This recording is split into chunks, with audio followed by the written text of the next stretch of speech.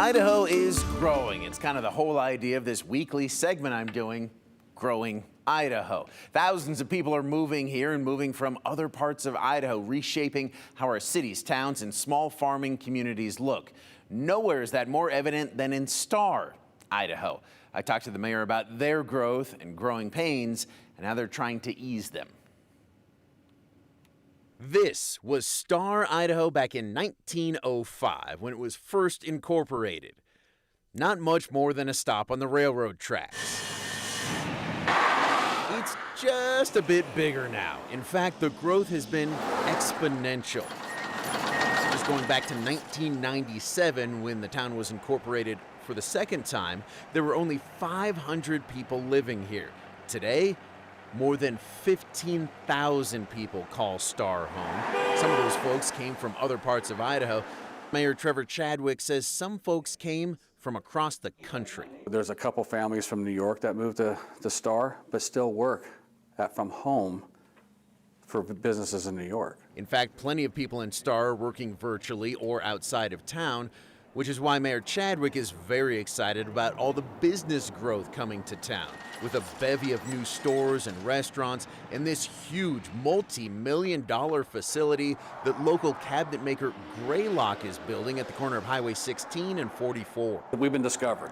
That's all great, but with this incredible growth, there's a lot of growing pains. You might think that a larger property tax base would allow this growth to pay for itself, especially considering the mayor says Star, all of a sudden, has some of the highest valued properties in the county on average. There is a problem, though, when you look at how much the city of Star, just one of 12 taxing districts here, is collecting from residents. As a city, Star on average is about $106, $110 per person. That's very little money that we're charging in property taxes in Star. Yeah, and 100% of our property taxes go to fund our police. Is that going to be enough to make these improvements in infrastructure and keep up with the growth? It is not. The mayor says one of the big reasons for that is a new law passed last year in Idaho.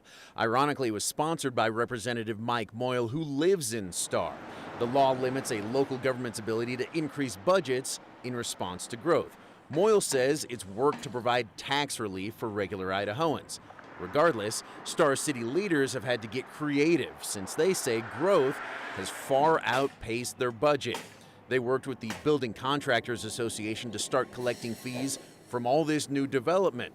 Fees can help build a new police station, but they can't pay a new officer to staff it. I mean, everyone wants to limit as much taxes as you can, but when you're a city, there's essential services that you need to provide, and you need to have new construction pay for it, pay its way. And it's not allowing us to do that. And then there's the traffic. Transportation is a big valley-wide issue, but it's huge in Star. If you're here during rush hour timeframes, we have standing traffic out here on Highway 44. Again, city leaders are trying to find solutions by working with other agencies. 2 years ago, the city entered into an agreement with the Idaho Transportation Department to collect and use proportional share payments from this incredible growth to pay for highway improvements in Star. That includes widening a stretch of Highway 44 set to start next year. The mayor says they're also trying to ease traffic problems by reducing density. I think sometimes we're the product of our own demise, right? The more dense you get, the more stress you put on your road systems, the more stress you put on your schools, right? The more stress you put on everything. That includes the people of this formerly small town who are feeling the stress from Star's explosive growth. And they let the mayor know about it. But his response is the same as it was to me. We can't legally stop growth or slow down growth, right? But we can manage it. And city leaders right there in Star and across the Magic Treasure Valleys are desperately trying to manage growth. But one of the major takeaways the mayor left me with was that Star is still a great community full of great people, regardless of where they're coming from.